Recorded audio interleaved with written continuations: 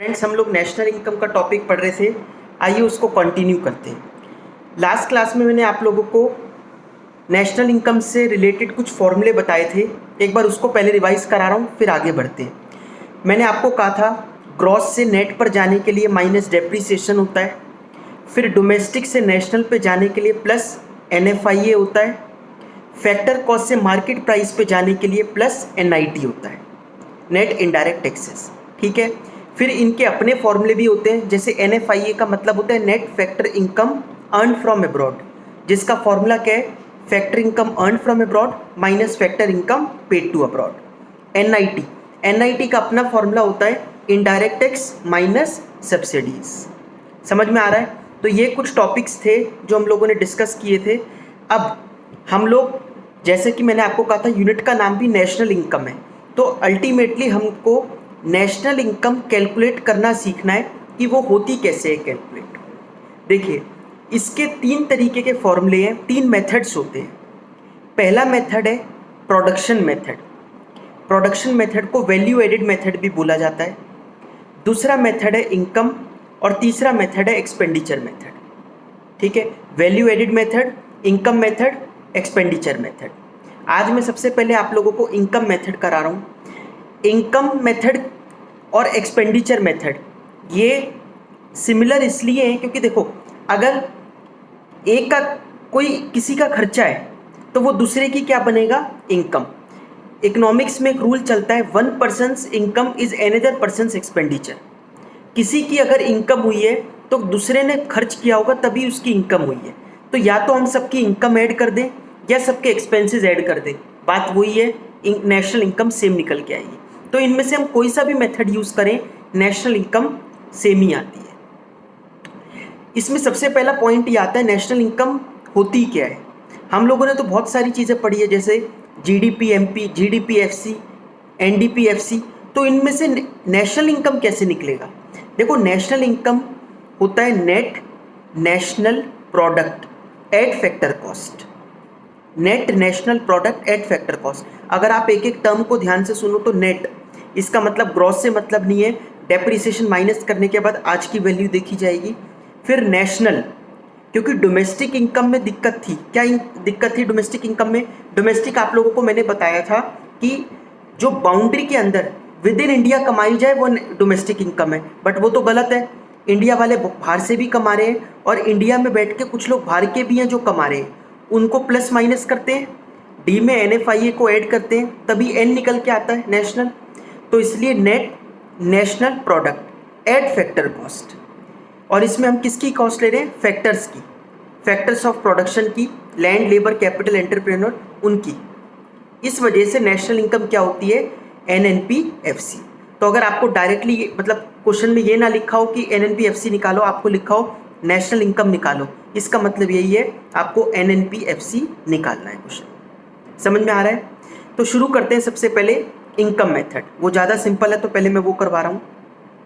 देखिए, income method से सबसे पहले तो आपको ये समझना है कि इनकम मेथड से निकल कर आता क्या है।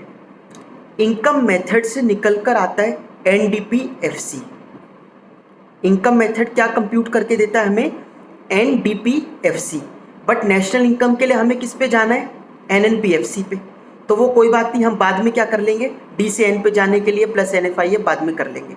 लेकिन अभी इनकम मेथड हमारे को क्या निकाल के देगा? जो अभी हम फॉर्मूला डिस्कस करेंगे वो सब ऐड करने के बाद इनकम मेथड जो निकाल के देगा उसको बोलेंगे NDP FC, net domestic product at factor cost. अब देखिए, इनकम मेथड कहता है कि पैसा तो सब लोग कमा रहे हैं, लेकिन बोलने का तरीका सबका अलग अलग है।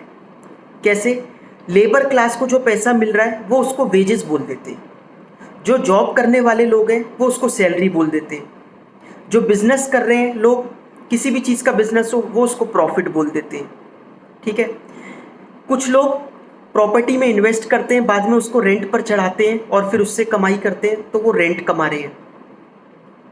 ठीक है, एक रॉयल्टी भी होती है। रॉयल्टी आपको पता होगा अगर क्या होती है?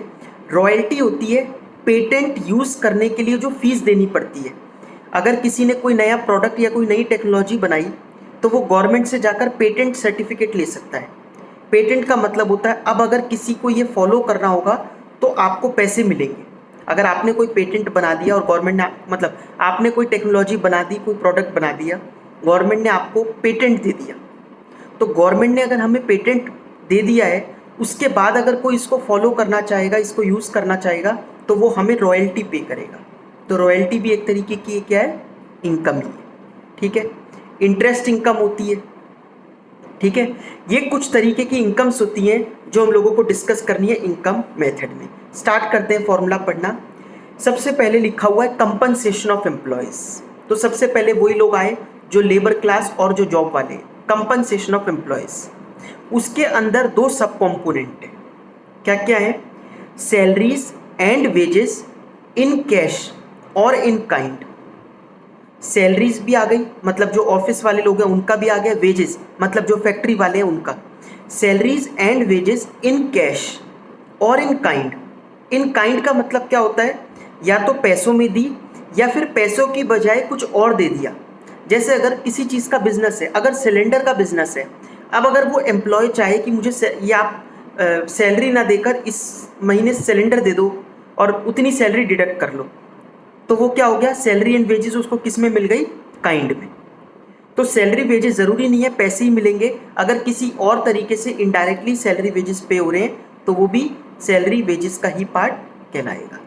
ठीक है, तो हम लोग पढ़ रहे हैं पहला पॉइंट कंपनसेशन ऑफ एम्प्लॉयज़, जिसमें उसका सब कंपोनेंट है क्या, salaries and wages in cash और इन काइंड। इसी के अंदर दूसरा है social security benefit by employers. आप लोग इस बात पर स्ट्रेस देना, बाय एम्प्लॉयर्स। इसका मतलब कि एम्प्लॉयर मतलब मालिक अगर एम्प्लॉय के लिए कोई सोशल सिक्योरिटी करवा रहा है। सोशल सिक्योरिटी करने का मतलब क्या हुआ, जैसे उसका मेडिकल इंश्योरेंस करवा दिया एम्प्लॉय का, उसका लाइफ इंश्योरेंस करवा दिया, ये सब सोशल सिक्योरिटी में आएगा। लेकिन अगर वो LIC खुद की ले रहा है एम्प्लॉय, वो मेडिकल इंश्योरेंस खुद का ले रहा है एम्प्लॉय, तब वो कंपनसेशन का पार्ट नहीं बनेगा।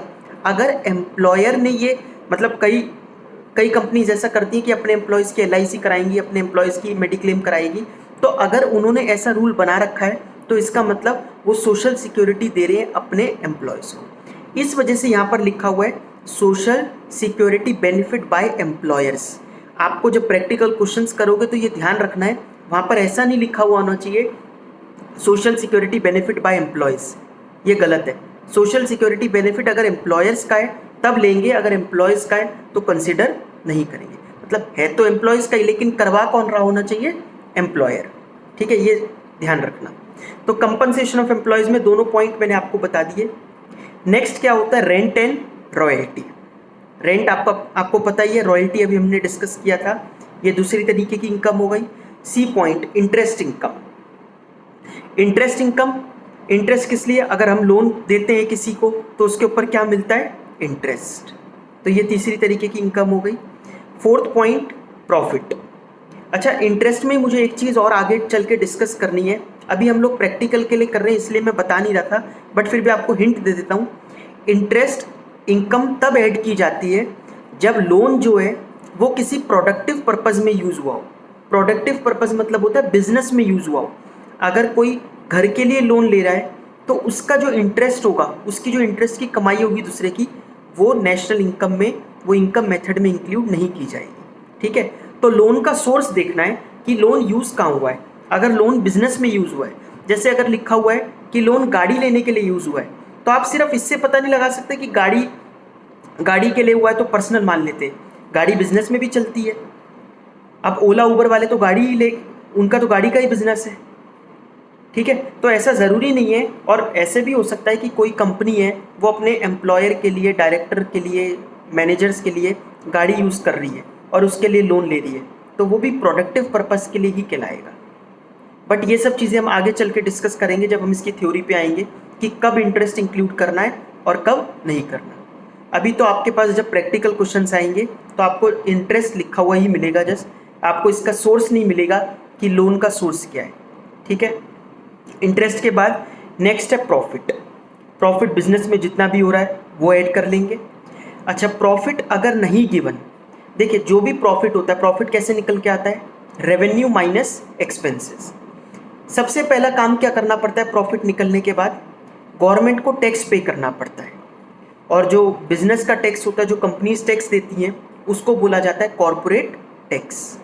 मैं अज्यूम करता हूँ 100 रुपीज़ का प्रॉफिट हुआ, उसमें से हमने 30 रुपीज़ का टैक्स दे दिया गवर्नमेंट को 30% मानते हुए, तो कितने रुपए बच गए, 70। अब 70 के हम दो काम कर सकते हैं, या तो हम उसको रिटेन कर लें बिजनेस में, हम मान लेते हैं 50 रुपीज़ को रिटेन कर लिया, तो ये हो गई रिटेन्ड अर्निंग्स। बाकी जो 20 रुपीज़ बचे, इसको हमने ओनर्स में बांट दिया, जिसको कंपनी वाले डिविडेंड बोलते हैं। आपने सोर्स ऑफ फाइनेंस बीएस में पढ़ा होगा लास्ट ईयर, जब प्रॉफिट डिस्ट्रीब्यूट होता है in case of companies owner के बीच में, वो कहलाता है डिविडेंड। 20 रुपीज़ को हमने डिविडेंड के रूप में बांट दिया। फिर से बता रहा हूँ पूरा, 100 रुपीज़ का प्रॉफिट हुआ था, उसमें से 30 रुपीज़ हमने टैक्स पे किया, 70 बचे। 70 में से 50 रुपीज़ हमने क्या किए थे, रिटेन्ड अर्निंग कर ली थी। जो 20 रुपीज़ बचे अलग से, उसको हमने क्या किया, डिविडेंड के रूप में बांट दिया। समझ में आ गया। देखो, या तो डायरेक्टली आपको प्रॉफिट दे दे 100 रुपीज़ क्वेश्चन में, अगर नहीं गिवन तो आपको ये तीनों चीज़ें ऐड करनी होगी, corporate tax, dividend, retained earnings. समझ में आ गया। अच्छा, कई क्वेश्चन में क्या हो सकता है, कंफ्यूज करने के लिए आपको प्रॉफिट का भी अमाउंट दे दे और इन 3 कंपोनेंट में से कोई एक आध कंपोनेंट और दे दे, जैसे कॉर्पोरेट टैक्स और दे दिया 30 रुपीज़, तो आपको क्या करना है, कॉर्पोरेट टैक्स को इग्नोर कर देना। आपको मेन कंपोनेंट मिला ही हुआ है profit, corporate tax is already included in profit, इस वजह से उसको इग्नोर कर देंगे। समझ में आ गया। यही पहले पॉइंट में बात थी, कंपनसेशन ऑफ एम्प्लॉयज़। अगर कंपनसेशन ऑफ एम्प्लॉयज़ आपको मिल जाए तो उसके जो सब कंपोनेंट है कि salaries and wages in cash और in kind, social security benefit by employers, ये सब अगर दे भी दे तो कोई फ़र्क नहीं पड़ता, क्योंकि उसने कौन सी हेडिंग दे दी, कंपनसेशन ऑफ एम्प्लॉयज़। हाँ, अगर कंपनसेशन ऑफ एम्प्लॉयज़ नहीं दे रखा हो क्वेश्चन में, तब आपको इन दोनों को अंदर जो दे रखा है वो लेना है। समझ में आ गया। इसके बाद लास्ट इनकम होती है, वो इम्पॉर्टेंट है।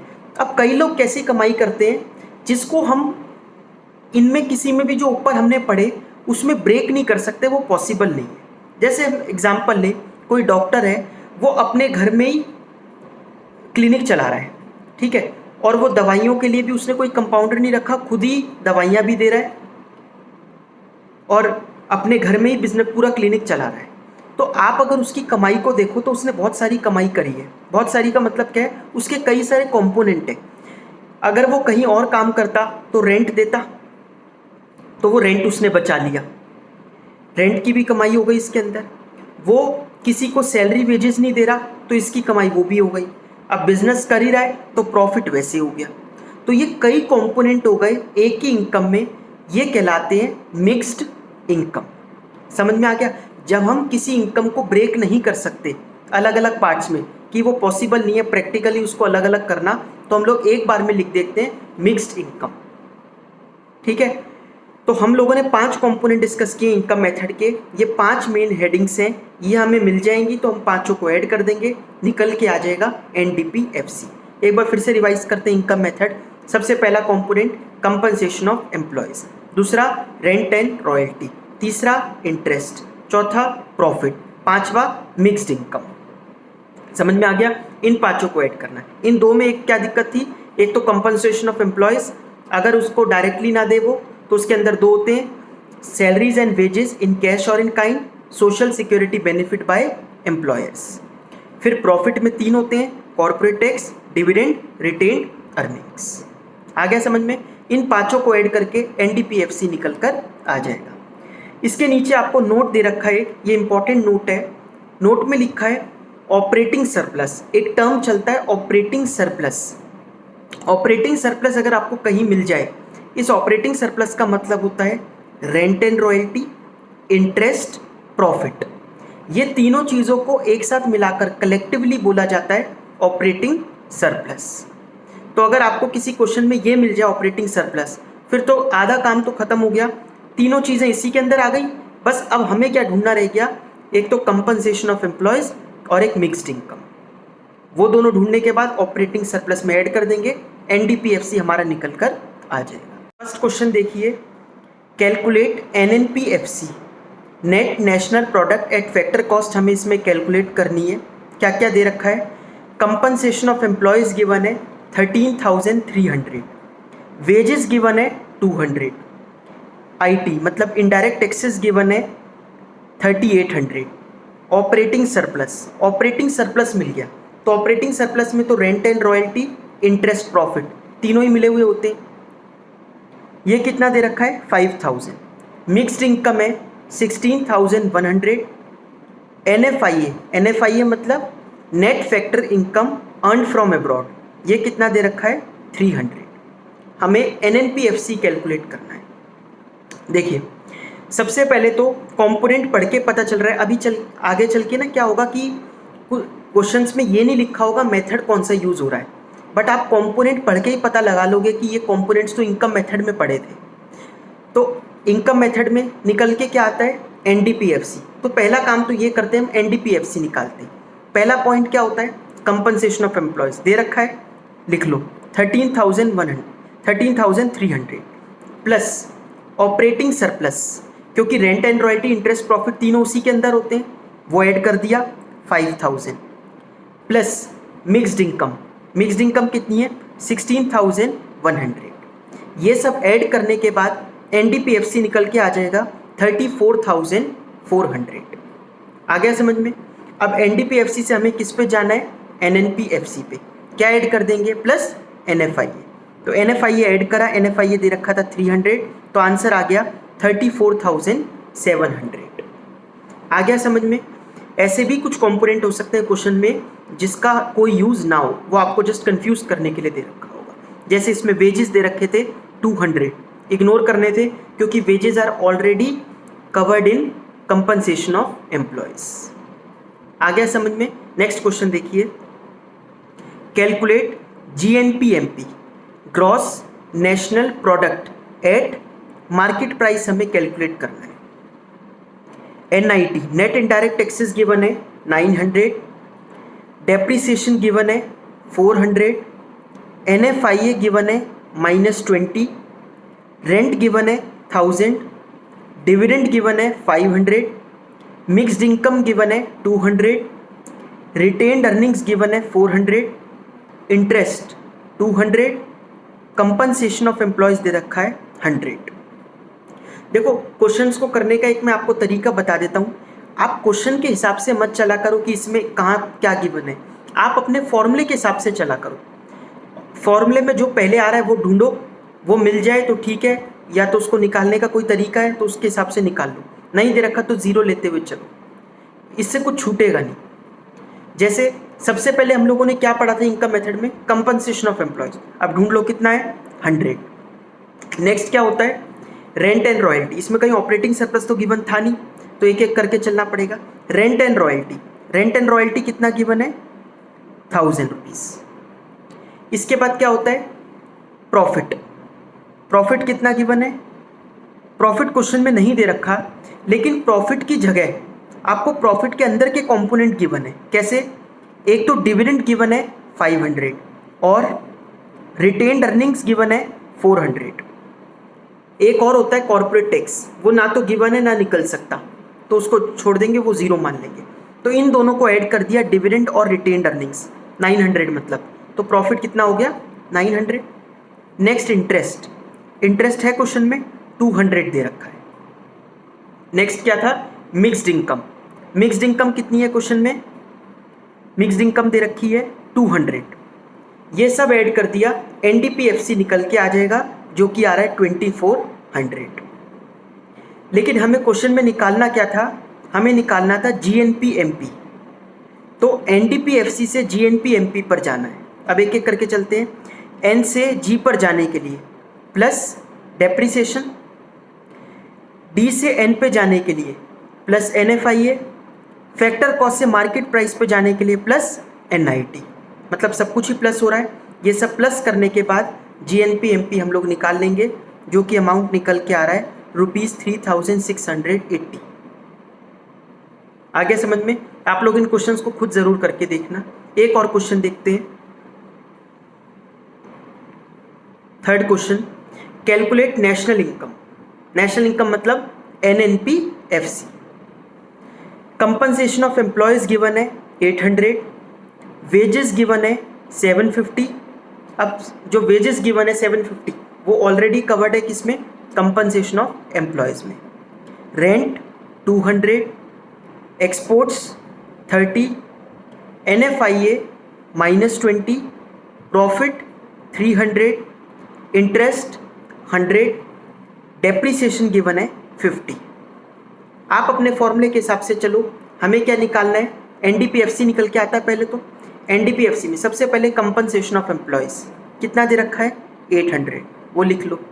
नेक्स्ट रेंट एंड रॉयल्टी 200 दे रखा है, interest 100, profit 300, mixed income question में नहीं दे रखी शायद, मिक्स्ड इनकम को इग्नोर कर देंगे।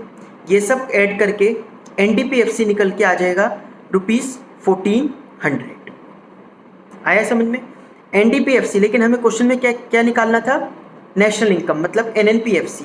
तो किससे, D से हमें N पे जाना है, D से N पे जाने के लिए क्या करते हैं हम, प्लस NFIA क्वेश्चन में गिवन था क्या, -20 गिवन है। तो 1400 -20 ये अमाउंट आ गया ₹1380। आया आप लोगों को समझ में। तो ये इनकम मेथड निकालने का तरीका होता है। बस 5 कंपोनेंट है, ये आप लोगों को याद कर लेने हैं। Compensation of employees, rent and royalty, interest, profit, mixed income. इन पांचों को ऐड करके net domestic product at factor cost निकल कर आ जाता है। ठीक है, हम लोगों ने अभी एक ही मेथड पढ़ा है, इनकम मेथड। नेक्स्ट क्लास में फिर और मेथड्स पढ़ते हैं। अभी हम लोग प्रैक्टिकल क्वेश्चंस कर रहे हैं, बीच बीच में थ्योरी भी उठाते रहेंगे, जिससे दोनों चीज़ें साथ साथ कवर होती रहे। बाकी नेक्स्ट क्लास में करते हैं।